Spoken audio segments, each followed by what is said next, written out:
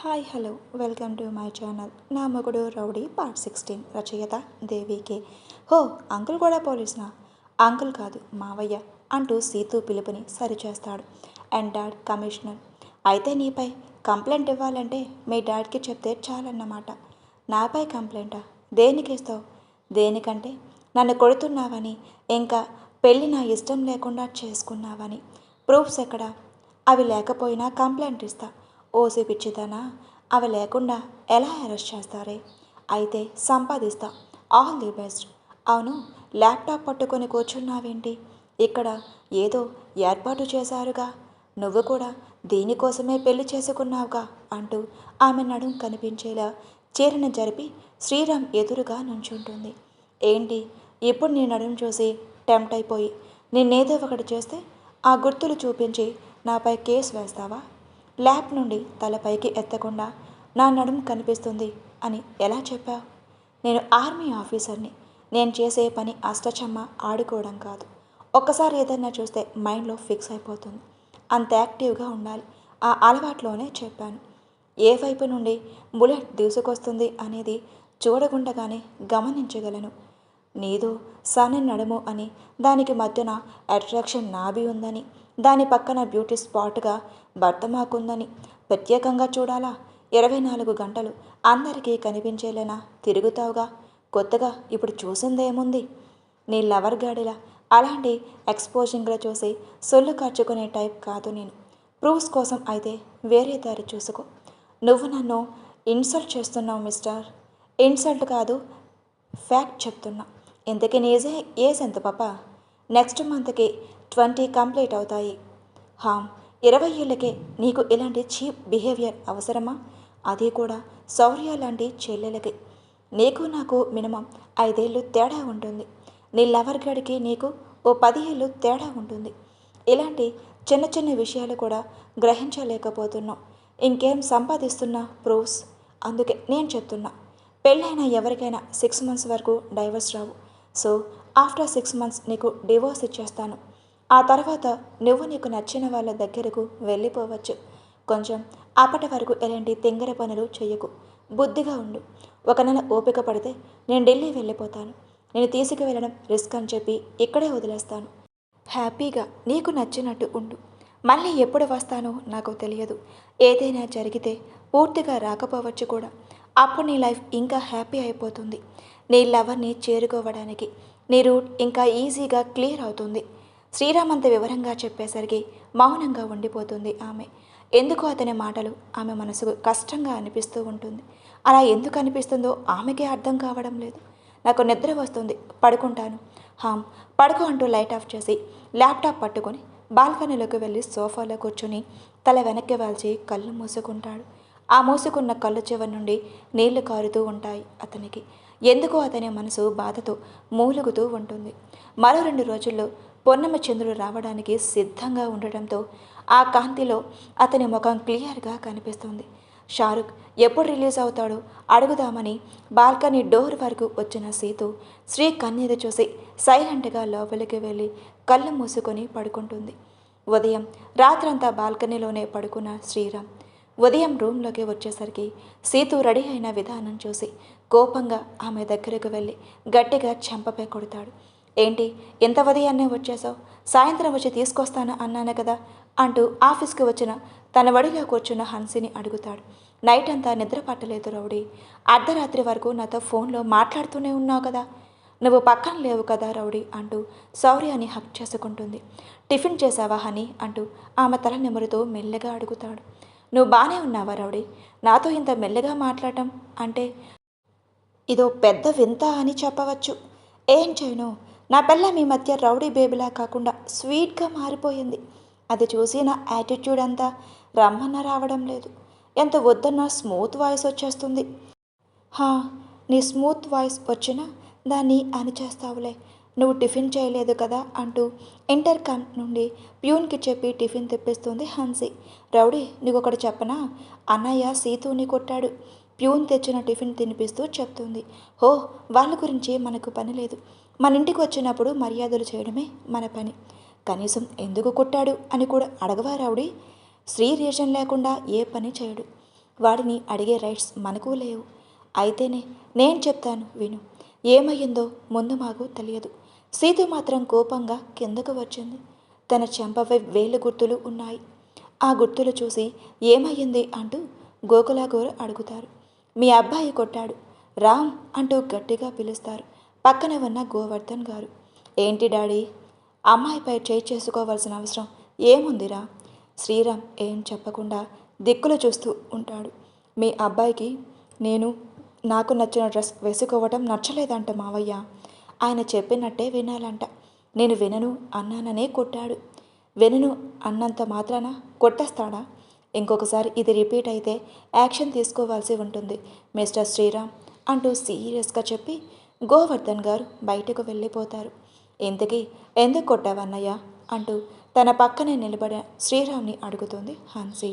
Dress అంటే తను వేసుకుంది చుడీదార్ కాదురా, థైస్ వరకు స్కర్ట్ అండ్ బెల్లే కనిపించేలా స్లీవ్లెస్ టాప్ అండ్ టాప్ నుండి క్లీవేజ్ కూడా కనిపిస్తుంది. రూమ్ వరకు ఎలా ఉన్నా ఓకే, కానీ కిందకి రావడానికి కూడా అదే డ్రెస్ వేసుకుంటా అని ముందుగా చెప్తే కోపం వచ్చి కొట్టేశాను. ఇంకొంచెం నచ్చచెప్పి ఉండాల్సిందిరా అన్నా. చిన్ను, నీకు చెప్పినా అర్థం కాదురా. కావాలని చేసే వాళ్ళకి ఎంత చెప్పినా వినరు. అందుకే చేతల్లో చెప్పాల్సి వచ్చింది. రౌడీకి తెలిస్తే చిన్నగా నవ్వి చెప్పి చూడు ఏమంటాడు అంటే, ఏమనడా? ఏం అనకపోగా నాకు సంబంధం లేదు అంటాడు. అవునా అంటూ హన్సీ గోకుల గారికి చెప్పి శౌర్య ఆఫీస్కి వెళ్తే సీతు వాళ్ళ రూమ్లోకి శ్రీరామ్ బయటకు వెళ్ళిపోతాడు. ఇది రౌడీ జరిగింది. చెప్పానా, శ్రీ రీజన్ లేకుండా ఏం చెయ్యడు. మరి నువ్వెప్పుడు నన్ను రూల్ చేయలేదు కదా రౌడీ. డ్రెస్సెస్ విషయంలో నువ్వు నాకు ఆ ఛాన్స్ ఎక్కడిచ్చావే? ఫారిన్లో చదువుకున్నా నీలో డ్రెస్సింగ్ సెన్స్ మాత్రం పద్ధతిగా ఉండేది. ఇంకా చెప్పాలంటే నాకు ఇష్టమని చెప్పి నీకు అలవాటు లేను శారీస్ని డైలీ కడుతున్నావు. ఇంకేం రూల్ చేయను? సీతు విషయంలో బాధగా ఉందా? అస్సలు లేదు. ఇన్ఫ్యాక్ట్ చాలా రిలీఫ్గా ఉన్నాను. వాడే మార్చుకుంటాడులే. ఇంతలో శౌర్యకి ఇంటి నుంచి ఫోన్ వస్తుంది. కాల్ లిఫ్ట్ చేసి అవతల వాళ్ళు చెప్పింది విన్న శౌర్య కోపంగా హన్సీ చెయ్యి పట్టుకొని ఇంటికి స్టార్ట్ అవుతాడు. వెళ్ళింటికి వెళ్ళేసరికి హాల్లో కూర్చొని సీరియస్గా సాధ్వి వంక చూస్తూ ఉంటాడు ఆ మిడిల్ ఏజ్ వ్యక్తి. నీకు నా ఇంట్లో ఏం పని? శౌర్య లోపలికి రావడమే అతనిపై సీరియస్ అవుతాడు. నా కూతుర్లు ఇద్దరిని నీ ఇంట్లో పెట్టుకొని నాకు రావడం పనేంటి అని అంత ఈజీగా అడుగుతున్నావు? బాగానే ట్రైనింగ్ ఇస్తున్నావు నాకు వ్యతిరేకంగా. నేను ట్రైనింగ్ ఇచ్చానా? వాళ్ళ ఇంట్లో నుండి బయటికి వచ్చాక నీకు ఆపోజిట్గా ఉన్నారా, లేక నీ గురించి తెలిసి నీకు ఆపోజిట్గా ఉన్నారా? మామ కాని మామ. ఇప్పుడు నా కూతుర్ని నా ఇంటికి తీసుకువెళ్తాను. వాళ్ళని రమ్మంటే రావడం లేదు. మెడలో తాళి ఎలా వచ్చింది అంటే నోరు విప్పడం లేదు. వాళ్ళకి అనుకోని విధంగా నా తమ్ముళ్ళు ఇద్దరితోనే పెళ్ళిళ్ళు జరిగాయి. వాళ్ళని విడదీయలేని చూస్తే మాత్రం కత్తంటే తెలియని మా తరంలో మొదటిసారి నేనే కత్తి పట్టుకోవాల్సి వస్తుంది. ఇక నుండి నా కూతుర్ని జాగ్రత్తగా చూసుకుంటాను. నాతో రుద్రపురం రమ్మను శౌర్య. నిన్న ఆ ఊరు వచ్చాం అని తెలుసు కదా, అక్కడికి వచ్చి ఎందుకు అడగలేదు అంటే అది అంత తడుముకోవలసిన అవసరం లేదులే. నువ్విప్పుడు ఇక్కడ ఎందుకు వచ్చావో నాకు తెలుసు. అయినా సరే నా మర్దలు ఇద్దరు వస్తానంటే పంపించడానికి నాకేం అభ్యంతరం లేదు. కానీ వాళ్ళ ఇష్టం లేకుండా తీసుకువెళ్తే మాత్రం కాళ్ళు రెండు తీసేస్తాను. అమ్మ సాధిక, మీ అమ్మకు అస్సలు బాగాలేదు. మిమ్మల్ని కలవరిస్తుంది. కొన్నాళ్ళ పాటు మీ అమ్మతో ఉండి వచ్చేయండి. మీ పెళ్ళిళ్ళు కూడా నాకేం అభ్యంతరం లేదు. మన ఇంటికి వెళ్దాం రెండమ్మా. వెళ్తారా బంగారాలు? నేను వెళ్ళను బావా అంటూ ఇషిక్ చెయ్యి గట్టిగా పట్టుకుంటుంది సాధిక. నేను వెళ్తాను బావా అంటూ ముందుకు వస్తుంది సాధ్వి. ఆమెను కోపంగా చూస్తూ ఉంటాడు రానా. అతని కోపాన్ని లెక్క చేయక బావా నీతో మాట్లాడాలి అంటూ శౌర్యాన్ని వీళ్ళందరికీ దూరంగా కొంచెం పక్కకు తీసుకువెళ్తుంది. ఏమైందిరా? బావా నాన్నేదో ప్లాన్తోనే మమ్మల్ని తీసుకువెళ్ళడానికి వచ్చాడు. మాపై ప్రేమతో కాదు. అందుకే ఆ ప్లాన్ ఏంటో తెలుసుకోవాలని వెళ్ళాలి అనుకుంటున్నా. నేను తెలుసుకుంటానురా. దానికోసమే అయితే వద్దురా రానా, నువ్వు లేకుండా ఉండలేడు. బావా ప్లీజ్ ఒప్పుకో. కొన్ని రోజులు ఆయన్ని నువ్వే చూసుకో. అమ్మ కూడా అక్కడ ఉండటం అంత సేఫ్ కాదు. మా నాన్నపై నాకు నమ్మకం లేదు. నిన్న మేము గుడికి వచ్చినా అక్కడికి రాకుండా ఇక్కడికి ఎందుకు వచ్చాడు? ఏదో పెద్ద కారణమే ఉంది. నేను వెళ్తాను బావా. సరేరా నీ ఇష్టం. కాకపోతే రేపు మేము వచ్చేస్తాం. కొన్ని నెలలు అక్కడే ఉందాం. శివపూజ అయ్యే వరకు మన బిజినెస్లో అక్కడి నుండే హ్యాండిల్ చేద్దాం. సరే బావా అంటూ నవ్వుతూ చెప్పి తండ్రి పక్కన నిలబెడుతుంది సాధ్వి. సాధిక, నువ్వు రావా? No means no daddy. ఎలా ఉన్నావు అల్లుడు? రానా ముందుకు వచ్చి అడుగుతాడు సాధ్వి తండ్రి. ఆ, నీ పేరులో ఉన్న శకుని నా జీవితం నుండి పోయి ఎప్పటి వరకు బాగానే ఉన్నాను. మళ్ళీ ఈరోజే నా లైఫ్లోకి వచ్చాడు. ఎలా ఉంటానో ఏంటో. అందులోనూ నా పెళ్ళం నన్ను వదిలేసిపోతుంది. ఇప్పుడు ఇంకేం సంతోషంగా ఉంటాను. కోపం వెటకారం కలబలికి చెప్పి రూమ్లోకి వెళ్ళిపోతాడు రానా. కన్నీళ్లతో శౌర్య వంక చూస్తూ ఉంటుంది సాధ్వి. సాధ్వి, ఒకసారి వెళ్ళి రానాతో మాట్లాడి చూడు అంటూ పక్కన ఉన్న అన్సి చెప్పడంతో రూమ్లోకి వెళ్తుంది. సాధ్వి రూమ్లోకి వెళ్ళేసరికి రూమ్ మొత్తం చిందరవందరగా ఉంటుంది. కారణం, కోపంతో వస్తువులన్నీ విసిరేస్తున్నాడు రానా. డియర్ అంటూ దగ్గరికి వెళ్తున్న ఆమెను దగ్గరకు రావద్దు అన్నట్టుగా చెయ్యి అడ్డు పెడతాడు. వద్దు వద్దు, అసలు ఈ దొంగ ప్రేమలు నాకు వద్దు అంటూ గట్టిగా అరుస్తాడు. ఏడుస్తూ నిలబడి ఉండిపోతుంది. వెళ్ళిపోయి ఎక్కడి నుండి ఒకసారి హక్ చేసుకుంటాను. ఏం మాట్లాడకుండా నిలబడి ఉంటాడు రానా. అతని నుండి వ్యతిరేకత రాకపోయేసరికి పరుగున వెళ్ళి గట్టిగా హక్ చేసుకుంటుంది. ఆమె వచ్చిన ఫోర్స్కి ఒక్క క్షణం తడబడ్డ రానా ఆమె చుట్టూ ఓ చెయ్యి వేసి బెడ్పై పడిపోతాడు. ఆమె గుక్క పెట్టి ఏడుస్తుంటే చూడలేక, సరే వెళ్ళాలనుకుంటే వెళ్ళే, ఏడవకు అంటూ ఆమె ముఖం పట్టుకొని కళ్ళ తుడిచి పైకి లేపాలని చూస్తాడు. నేను లేవను అంటూ రానా కళ్ళలోకి సూటిగా చూస్తూ ఉంటుంది. ఆమె కళ్ళల్లో భావం అర్థమైన రానా మొహం పక్కకు తిప్పుకొని నాకు ఇంట్రెస్ట్ లేదు అంటాడు. నువ్వు లేకుండా 2-3 డేస్ ఉండాలి కదా డియా, ప్లీజ్. నో అన్నాను కదా అంటూనే మరోపక్క ఆమె శరీరం మొత్తం తడుముతూ ఉంటాడు. నవ్వుతూ హక్ చేసుకొని అతని గుండెలపై తలపెడుతుంది సాధ్వి. తన ఫోన్ అందుకొని ప్లీజ్ మేనేజ్ సమ్ టైం అన్నయ్య అంటూ శౌర్యకి మెసేజ్ చేసి తనపై ఉన్న ఆమెను బెడ్పైకి మార్చి నెమ్మదిగా ఆక్రమించుకొని ఒకరిని ఒకరు ఎంత మిస్ అయ్యారో ఆ కలయికతోనే తెలుపుకుంటారు ఇద్దరు. రానా మెసేజ్ చూసిన శౌర్య, కాసేపు కూర్చో మామ, వాళ్ళు కిందకి రావడానికి టైం పడుతుంది. అంతగా ఏం చేస్తున్నారు? భార్యాభర్తల మధ్య దూరం వస్తుందంటే వాళ్ళ మధ్య ఏమైనా జరగచ్చు. కోపం, అలక, బుజ్జగించుకోవడం, బ్రతిమలాడుకోవడం, ఇంకా చాలా ఉంటాయి. ఇవన్నీ మీలాంటి క్రిమినల్ మైండ్స్కి తట్టవలే. వెటకారంగా చెప్పి హనీ ఏదో జ్యూస్ తెచ్చి అతని మొహన్న కొట్టండి అంటాడు. ఆ మాటకి శౌర్య వంక కోపంగా చూస్తాడు శకుని. ఆఫ్టర్ సమ్ టైం, నాపై కోపం పెంచుకోకు. నువ్వు కోపంగా ఉంటే నేను తట్టుకోలేను డియర్. సరేరా, ఎప్పటి వరకు ఈ గ్యాప్? మేబీ రేపటి వరకు అంతే. తర్వాత బావందరినీ తీసుకొచ్చేస్తా అన్నాడు అంటూ పైకి లేచి తన చీర సరిచేసుకొని రానా వంక చూస్తుంది. అలా చూస్తావంటే కిందకి రావా? నేను రాలేను, పోవే. ఓపికంతా అయిపోయింది.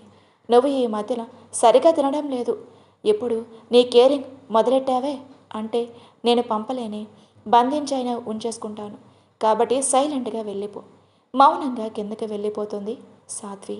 ఏమైంది సాధ్వి, ఇంకా కోపంగా ఉన్నాడా రానా అంటూ కిందకి వచ్చిన సాధ్విని చిన్నగా అడుగుతుంది హన్సీ.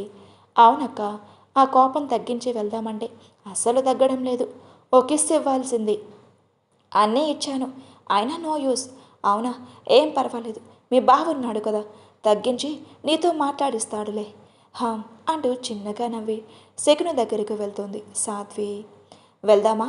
సరే డాడీ. ఆమె చెయ్యి పట్టుకుని కార్ వెనుక తీసుకువెళ్తాడు శకుని. కార్ ఎక్కుతూ ఒకసారి వాళ్ళ రూమ్ వైపు చూస్తుంది. రానా అక్కడే బాల్కనీలో నిలబడి 2 చేతులు కట్టుకొని సాధ్విని చూస్తూ ఉంటాడు. అతన్ని చూసి ఫాస్ట్గా కార్ ఎక్కేస్తుంది. ఇంకా అక్కడే ఉండే ఖచ్చితంగా వెళ్ళలేదని ఆమెకు తెలుసు. ఆ కార్ గేట్ దాటే వరకు అలా చూస్తూనే ఉంటాడు రానా.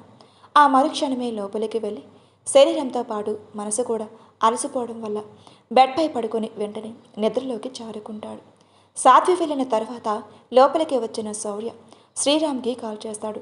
హా, చెప్పరా బావా. శ్రీ, నువ్వు ఫ్రీగానే ఉన్నావా, లేక నా చెల్లిని కొట్టే పనిలో ఉన్నావా? వచ్చి తీసుకుపో అయితే. వద్దు బాబు, నువ్వే భరించుకో. నాకు తెక్కని తగిలించావు కదా, దాన్ని చూసుకోవడానికే సరిపోతుంది నాకు. చిన్ను వచ్చేసిందా? ఉదయాన్నే వచ్చేసింది. అది సరే కానీ రేపు సాయంత్రం మొత్తం అందరం రుద్రపురం వెళ్తున్నాం. నీకు కుదురుతుందా శ్రీ? సడన్గా రుద్రాపురం ఏంట్రా బావా? శకుని మామ వచ్చి సాధ్విని తీసుకు వెళ్ళిపోయాడ్రా అంటూ జరిగింది మొత్తం చెప్తాడు శౌర్య. అయ్యో, రానాగాడి పరిస్థితి ఏంట్రా? Please like and subscribe for more videos. Story ఎలా అనిపించిందో కామెంట్ రూపంలో తెలియజేయండి. ఫ్రెండ్స్, స్టోరీ చూస్తూ వెళ్ళిపోతున్నారు కానీ అది ఎలా ఉంది అనేది కామెంట్ రూపంలో తెలియచేయటం లేదు. ఒకరు ఇద్దరు చేస్తున్నారు. ప్లీజ్ ఫ్రెండ్స్, చూశాక కామెంట్ చేయండి.